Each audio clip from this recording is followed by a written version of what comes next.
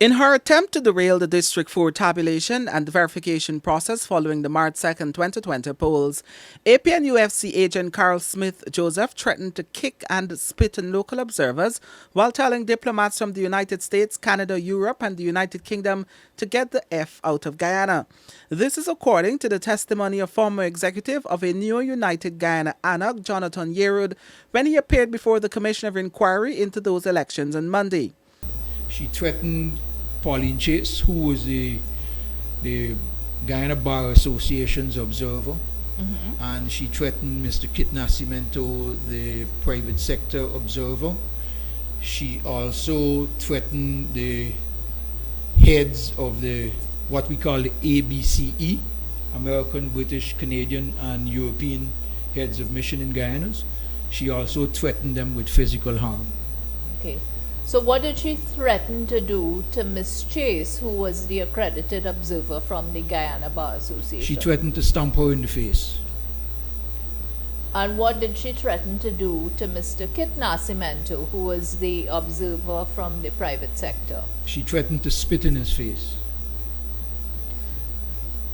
After these threats were made, did the ABCE heads of missions do anything?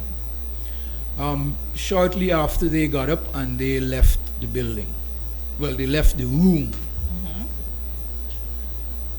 And what had Miss Smith Joseph said to these ABCE heads of missions?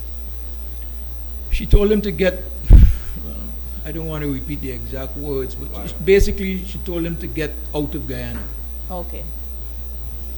I can put that into colorful language for you if you want, but Well, We want to hear what she said. well, it depends on how colorful we want to get to the commissioner, with all due respect. You can offer us a first letter. I don't think we are sufficiently mature. okay.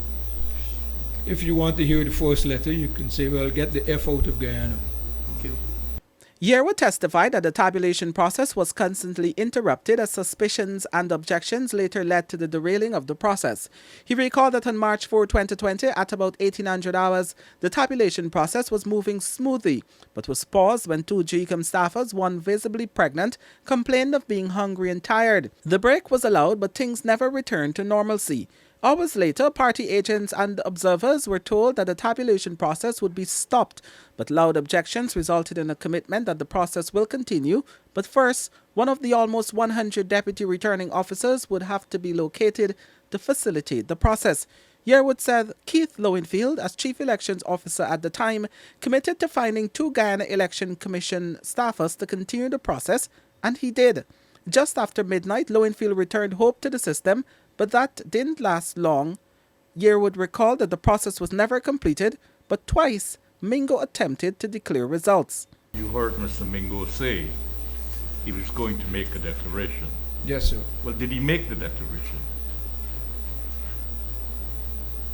As far as I know, I don't know where he made the declaration, but when he says that he was going to, myself and a few, well, not a few, but all of the party agents that were there started to object to it.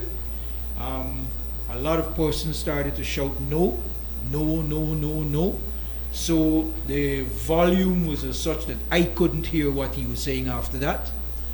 What I did see was that after a few moments, he took out a pen and he signed the document that he was holding in his hand.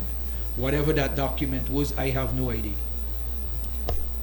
The tabulation and verification process would restart days later on March 12, 2020, following the intervention of the court on a ruling by Chief Justice Acting Roxanne George.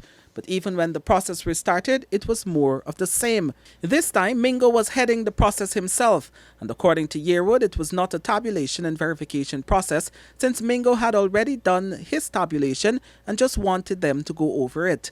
When people objected to this on several occasions, it was at this point that Joseph Smith became vocal and made her threats. Mingo, Yearwood said, became flustered and unresponsive.